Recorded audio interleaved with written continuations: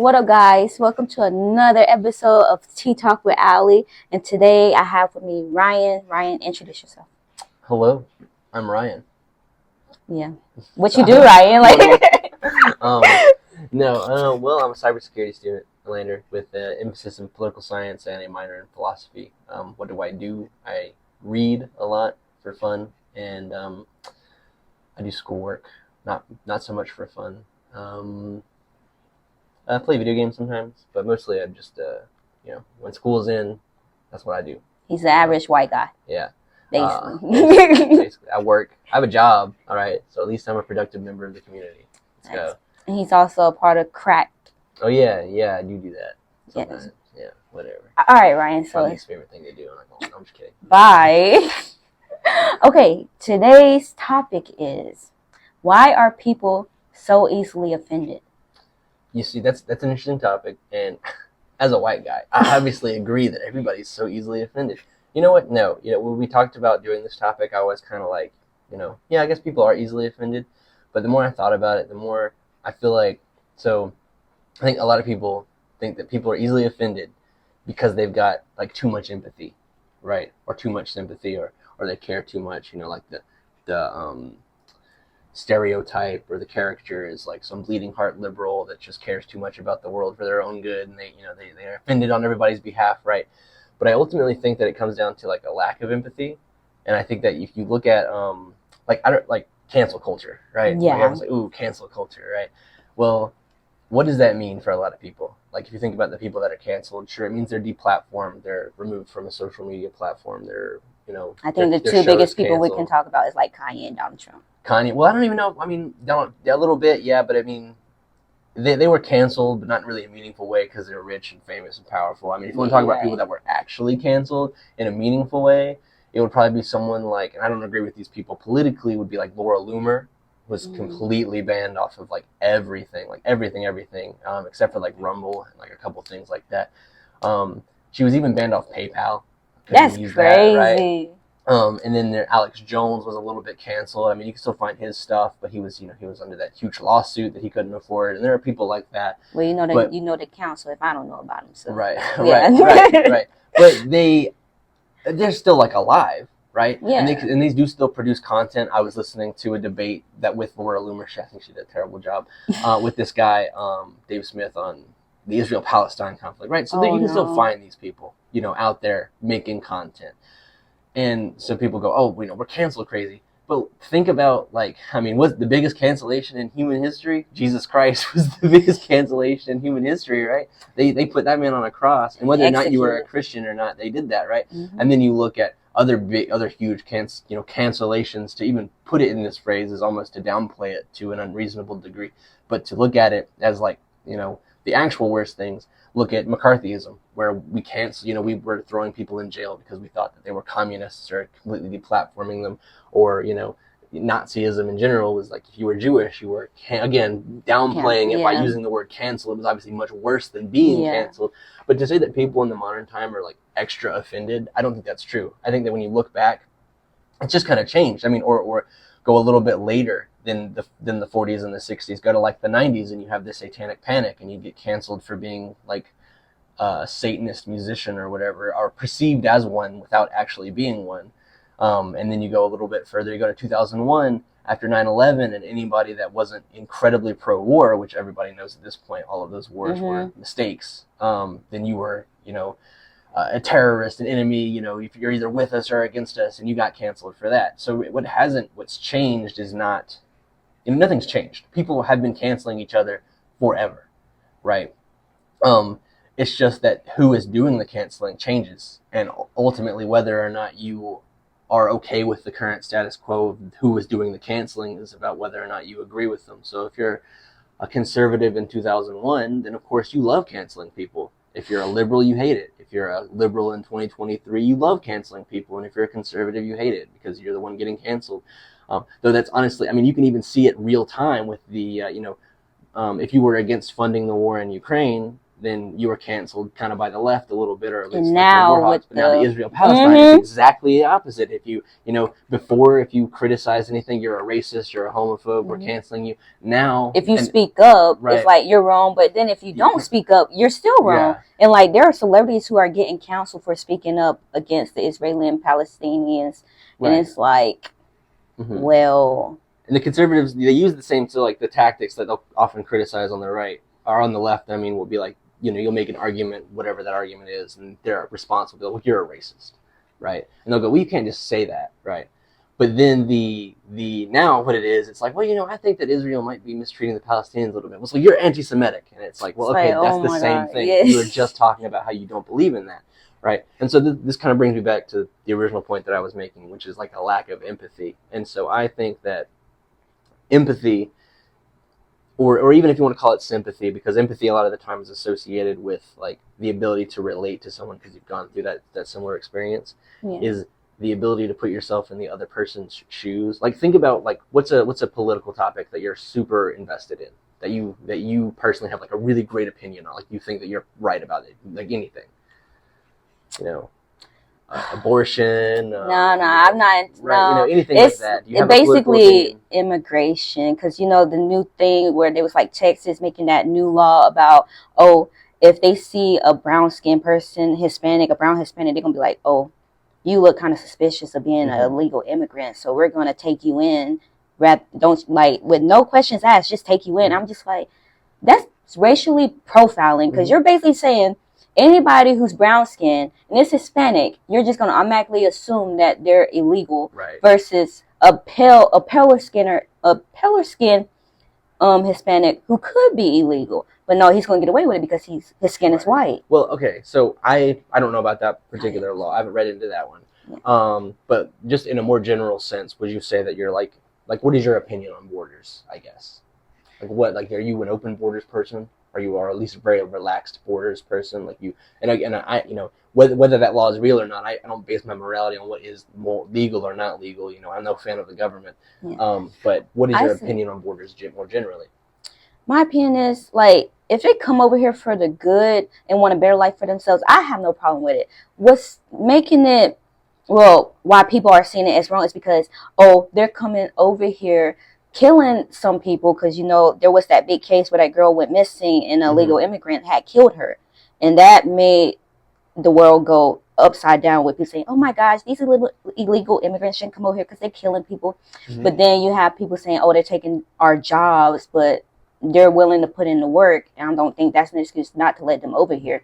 Other than that valid thing, I see no problem with it. So basically, let me characterize your position as I see it, right? You think that there should be some control over the border, but in general, people should be able to come over more or less as freely as possible. Yeah. And you think that the main two arguments against it are that they're killing people, they're violent people, or that they're taking our jobs. Now, what do you now you think that those are weak arguments?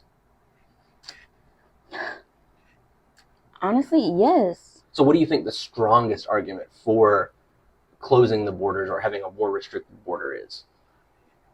Honestly, I don't think there is one. Well, you see, that's the thing. Is you really think that there are 50%? I mean, okay, so personally, I agree with you. Yeah. I think I'm a more relaxed person. Because I haven't heard nobody like have a big reason they should come over here, and I'm just like, oh, they'd be like, oh, they don't speak our language. I'm like, so? But I'm like, that's not important at all. But the point that I'm making is that you think that the two biggest arguments are about them being violent and them taking our jobs. Yeah, I think that's right. people's main points. I disagree with you. I think that those are weak arguments. But I think that the fact that 50% of the people believe that there is an argument for closed borders, I think that demonstrates that there are more, like if I told you like what are the best arguments, you're like, those are the two best arguments, and those are pretty weak. And I think that what I'm trying to get at here is that those aren't the best arguments, and that you don't know what the best arguments are, and maybe I don't know what the best arguments are either. And this is the issue: is that that it's very easy. I'm not trying to accuse you specifically of this. I'm just illustrating this with you since you're here, right? Is that the average person will have a belief in something, and then they'll go, if you don't believe this, you must be stupid. You must be an immoral person. You must be a terrible person, because obviously all of the evidence points to my position, and it's all just like, you know, on the internet with confirmation bias, and you always see, you know, algorithms are pushing your line of thinking. So what I'm saying is that the reason that cancellation is so prevalent is because once you have a position on something, it is impossible for you to what is called steel manning, which is like the straw man is like giving the weakest version of the argument. Steel manning is the opposite, giving the strongest version of the opposing argument. And nobody can do that anymore. Nobody has the ability, or maybe they never could. I'm not going to say anymore. Like I said, cancellations have existed throughout all of history. Is they don't have the ability to look at another person's, like abortion. Like going back to that when I was asking your opinion, because I think that's one of the most controversial opinions. Is like on the right, then you think that the best argument for being, pro-choice is that you just want to kill babies, right? Well, the thing with that, I don't think, honestly, see, the whole controversial thing with the abortion is that the main argument is that, you should not tell a woman what she can do with her body in general. That's your argument. But they think that the argument is just that you want to kill babies. And people that are pro-choice think the pro-life argument is, they're using their religious text says you can't do this, therefore you can't do it. Right. And there's no ability for them to see the other side. So that's what I'm saying when there's no empathy. There's no ability to put yourself in the other argument and go, well, what is the best argument on that side? And then, not to mention, you have men making the decision. A man don't know nothing about a female body to even have a say in that.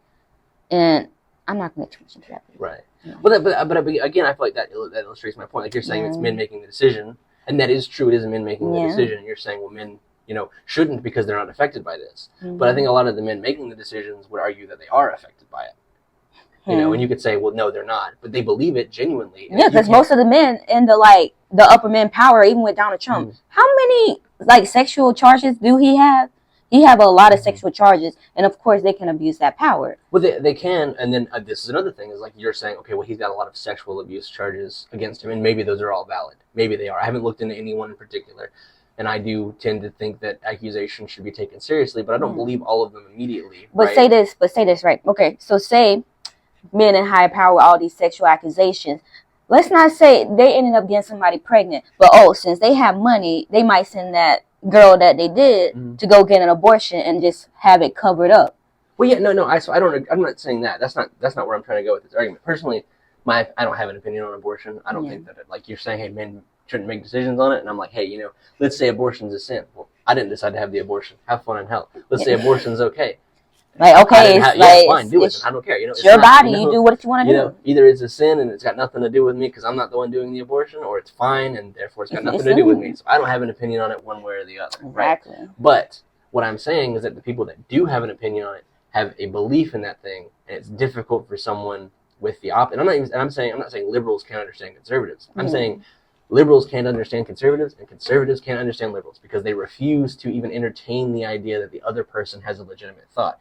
And why this is important to the cancellation discussion is because, again, let's go back to the Israel-Palestine thing, right? If you disagree with Israel, you're an anti-Semite. Well, as soon as you label somebody an anti-Semite, you don't have to take anything they say seriously. They're just a racist. They've got nothing, of value to say. You dehumanize them. It's very easy to say, well, you should just be, you should be locked up for your racist, horrible opinions. And the reverse is true. If you have a valid criticism or even an invalid criticism of a movement like Black Lives Matter or something like that, then it's easy to go, well, you're a racist, so I don't even have to hear. I can just cover my ears, not hear you. You ultimately dehumanize the other person. And I am going to say this, right, is when you look at something, and this is sort of cliche to compare everything to the Holocaust, but that's what we all go back to. Let's even look at the Holodomor, right, which is where Stalin starved out the kulaks because they were capitalists, they were farm owners, and he was a communist, and he was like, you don't get this food, right?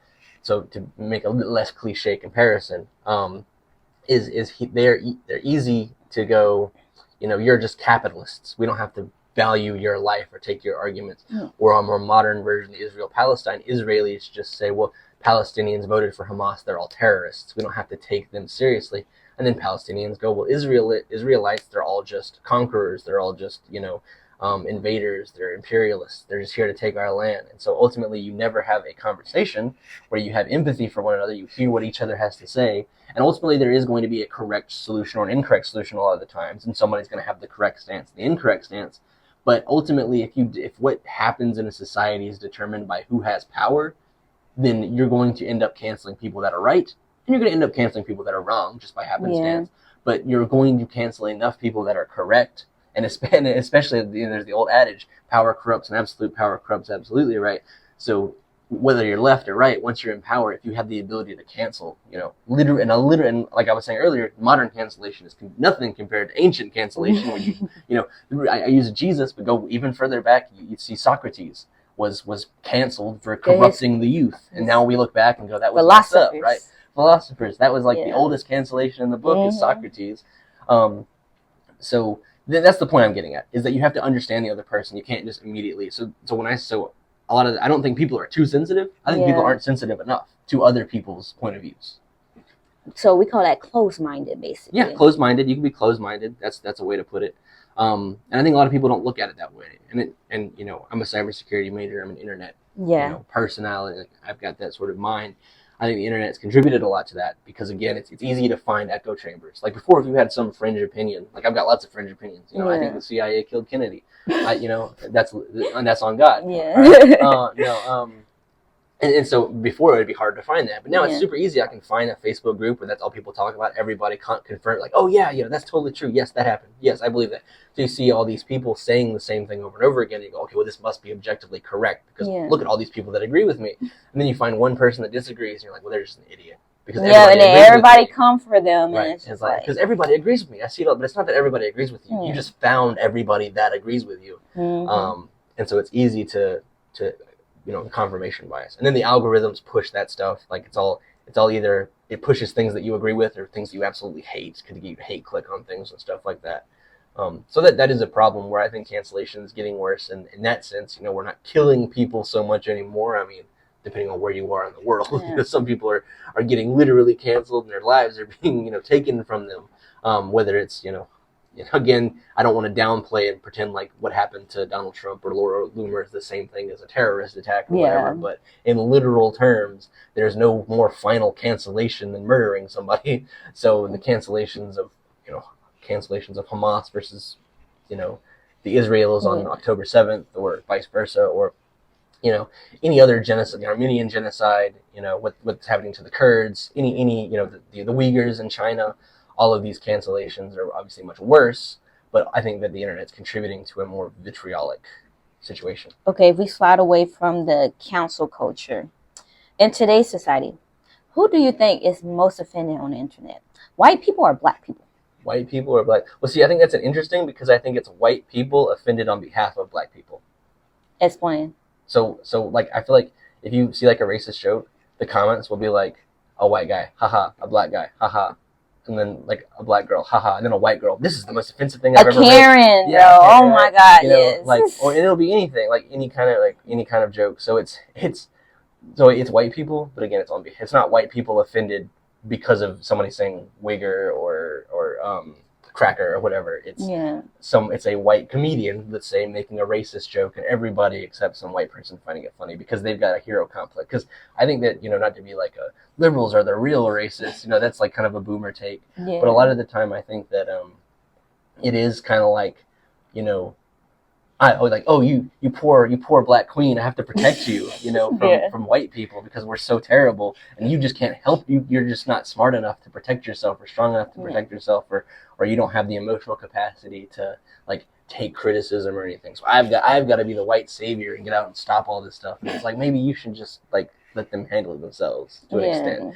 But there is, being a good neighbor or a good, fellow countryman or whatever, however you want to put that, and calling out, actual true bad actors in the world that are, sometimes a majority voice has to speak, not for a minority voice, but they have to act as sort of a, like Martin Luther King Jr. would not have made the difference that he made had he not had some white senators agreeing with some of the things that he was saying, right? Probably not. Because of the power imbalance at the time of white versus black. But if Martin Luther King Jr. had been replaced with a white person, then also he would not have had the impact. If like a white person was the leader of the civil rights movement, with the minorities, right? Then that wouldn't have made it, because a lot of black people would probably be like, and you can tell me if I'm wrong about it, like, why is this white guy speaking for me, right? Like we can speak for ourselves. So what you're saying is, white people need black friends, and black people need white friends. Yeah. Well, some of y'all own culture, so y'all do need black friends. That's true. Yeah. Yeah, your Maybe food that's wouldn't true. be as much seasoned as Hey, you know, I don't know. That's a stereotype, right? I'm from the north, and I got to be honest. I think it's more of a north-south thing than a race thing. Yeah. I think white people in the south season their food a lot more than even black people in the north. Let's be honest. Probably. But yeah. What does that answer your question? Yeah, black people find stuff more funny. But the funny thing is, like, on my YouTube, the people who do comment that's racist are like Karens and older people versus younger people versus we're laughing. Mm-hmm. So in my opinion, I think sometimes the people who be like that's racist are low key racist. I think that was kind of my point. Is that they're offended on your behalf because they don't think that you have the capacity to point out when you're offended, right? Like they're saying black people are too stupid or weak to be offended, so I have to do it for them. That's what I was saying. So yeah, they're being racist in that sense. Or I think a lot of the time it's projection. You know, it's like, oh, you know, I genuinely think that this minority is lesser than my, you know, what I am. So I have to call this out because you'll see this all the time with like people that vehemently call out sexual misconduct allegations or allegations of pedophilia. You find out a couple years later they're engaging in sexual misconduct. They're pedophiles. You see, I'm not saying every time somebody calls something out, but it, you know, it's, you know, she doth protest too much, right? Yeah. You know, so I think that is an aspect to it. And not just that. So, you know how I did an interview one time. It's like, if you could change your race, what race would you want to be? And the guy was like, I want to stay black. I'm black and proud. And then you have all these white folks comment on it, be like, yo, so I'll be wrong if I said I was white and proud. I'm like, no, not really. If you're white and proud, then you're just white and proud. Mm-hmm. But they'd be like, oh, but I'll be considered a white, you know, supremacist or something like that. And I'm like, right. No, I get what you're saying. And I do think, so, I mean, I think that they have kind of a point in that I think that if they had said that, there would be people that would say, oh, well, you're a white supremacist for saying that. Maybe in the video with the context of like, oh, well, black people and Asian people and, you know, Native Americans, they were all saying, I'm Native and I'm proud. And then there was a white guy saying, I'm white and I'm proud. So they might have taken it that way. But if it had just been a white guy being like, I'm white and I'm proud, there would have been somebody saying, you know, you're racist, you're white supremacist. But I think that the internet has kind of skewed our opinion. Like, you go online and you see, you know, it's like a race war. Right, like white people and black people are always, you know, like you got like people on this side of the internet talking about killing all Jews, and you got black people on this side, like Malcolm X kill all white people. Not that Malcolm X wanted that, but like that's, you know, that's what they're going for. But then in reality, you know, we're friends. We have that podcast where it's me, you, a black woman, a black man, a non-binary, a half Asian, half white woman, and then me, a white guy. You know, the token racist on the podcast. Did I say that out loud? No. But for seriously though, like in reality, you know, people America's a melting pot, and in real life, that doesn't exist. It's when you get anonymous people online that can talk shit without, you know, something happening to them. Mm-hmm. Not that I think that if you know, there's that, you know, talk shit, get hit, right? And it's like, you can't do that on the internet. That's the same concept of people are easily offended. Yeah. Well, again, you shouldn't hit somebody for the words that they say. Yeah. But I do think, you know, another thing that people often say in the South is, you know, an armed society is a polite society, right? Because you're worried you might get shot if somebody says, it's the wrong thing. Right.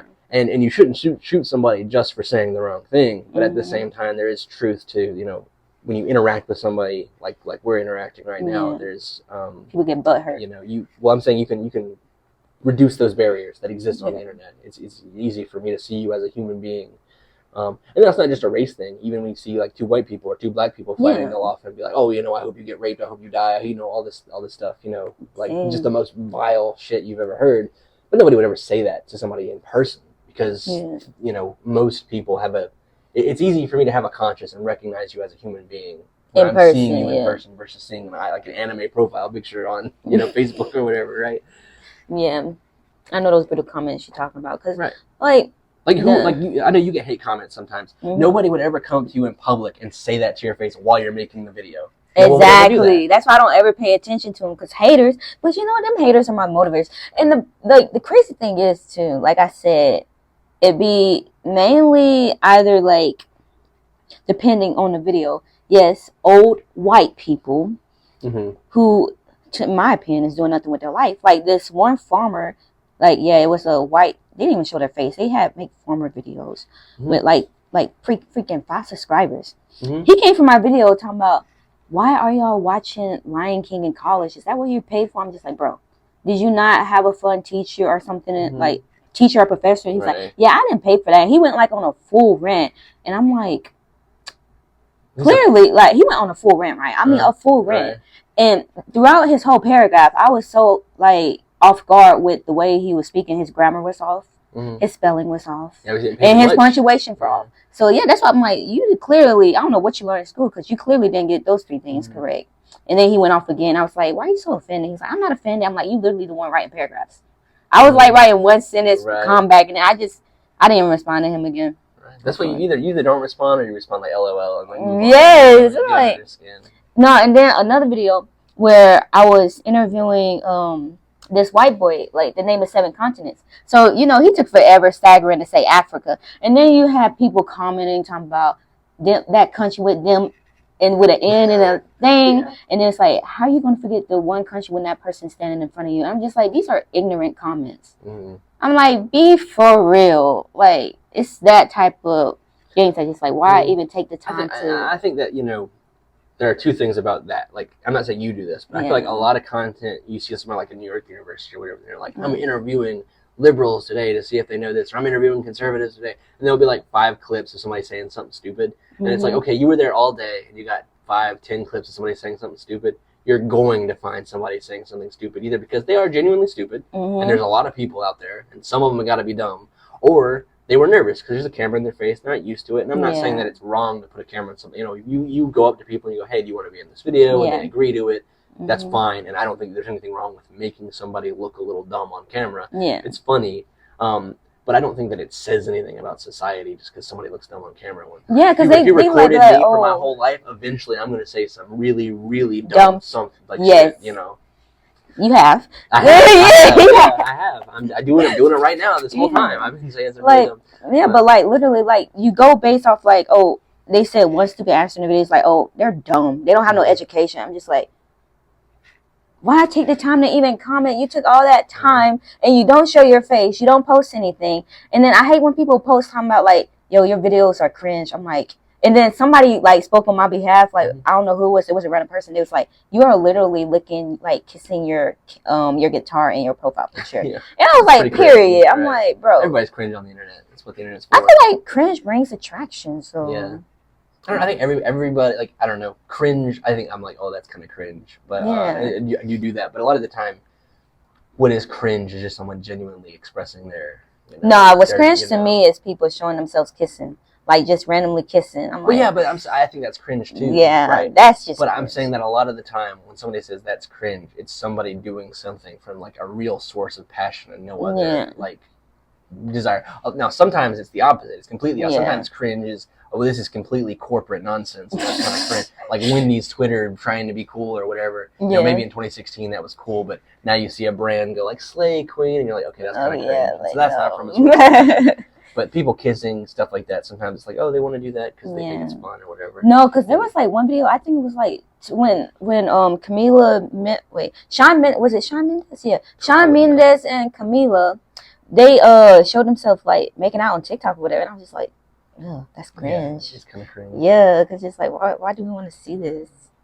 Right, you know. I mean, it's almost worse than kissing in public. Yeah. Kissing in public, it's like in the moment. Yeah. But you had to record that, look at it, and go, yep. This is going on. Yeah. And that is a little cringe. But at the same time, it's like, I don't think there's anything nefarious there necessarily. Maybe there's something, you know, it depends. Like maybe they're trying to, you know, you got like a bunch of 12-year-olds in your audience. Like, ooh, we're going to kiss. We're going to make these 12-year-olds horny real quick and make them click on her. Oh my gosh. I mean? That's a little nefarious. I think that does happen. You know, definitely. With a lot of YouTube videos, you'll see people overly sexualized for everything. Kids content, right? But I don't think cringe is not always nefarious, I guess is all I'm saying. But with the kids videos though, they again, it's always old Karens saying like, oh, that's so inappropriate. Them kids shouldn't be dancing like that. Like little kids doing like tango, salsa and all of them, and then like their outfits that people, I'm like, they're just dancing. They're like not trying to sexualize everything. Or like a baby, like, you know, sometimes like humping or whatever, but he don't know what he doing. So I'm like, you're sexualizing it because that's what you're picturing. But to an innocent baby or child, they don't see it that way. Yeah. I don't know. Like, I'm of 2 minds on that a little bit because on the one hand, I agree with you. You know, like a baby doing something funny. Like you'll see a baby, like it'll be a picture of like a baby in like a bath or something like that. There's nothing sexual about that whatsoever. Yeah, people. For me, there's nothing sexual about that. But you post that online, there's some kids out there. You're predators. That are going. And so like I'm like, well, you know, I know that you're not sexualizing your child. I know I'm not sexualizing your child. This is a cute photo of them in the bath or whatever. Yeah. But somebody out there is sexualizing this. Are you sure you want to post it? I wouldn't post it. I'd share it with my friends. Like, oh, look at this, you know, wearing like a bubble hat or whatever. You know, but I'm not posting that on the internet for that reason. That's a separate discussion, I guess. Yeah, that is. Because then that comes to like, when should the stopping point of bathing with your child be?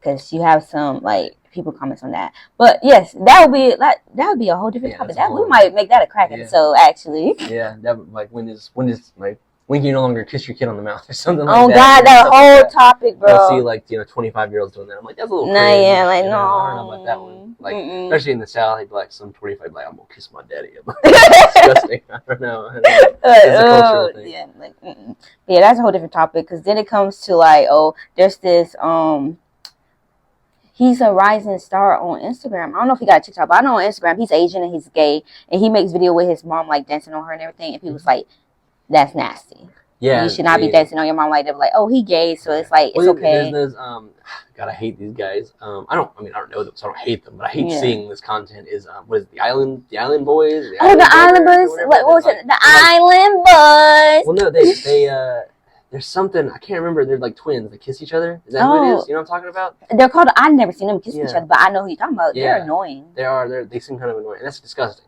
You know? I haven't seen that. Yeah, they're twins, and they, like, I don't know if they make out exactly, but they get, like, you know, real close or whatever. They probably do that for content. Right? They are. They're definitely doing it for content. Yeah. But it's just really weird and disgusting. You know, anything to get famous, because you can do anything to get literally... TikTok I mean, famous. That's the other thing is like it's cringe, but at the same time, I'm like I respect the hustle. You know, the fact that you're willing to do that. Put yourself out there, and yes, you're gonna have people that hate it, and then you have people that like it. Yeah, so I respect the grind, I guess, but it's not for me. And any final comments? Because we had a lot of back and forth with the main concept being it's people easily offended. Any final comments on that? No, I pretty much said everything I need to say. Except please cancel her, please for the love. Don't cancel me. You don't understand the nefarious thing she does behind the camera. Cancel her. Oh my God. Bye, Ryan. Anyways, thanks guys for listening to this episode of Tea Talk with Ali. Thank you, Ryan, for joining me. It's a great conversation as always. You said a bunch of stupid shit, but it's fine. Always. But guys, don't forget to comment, like, and subscribe. Bye.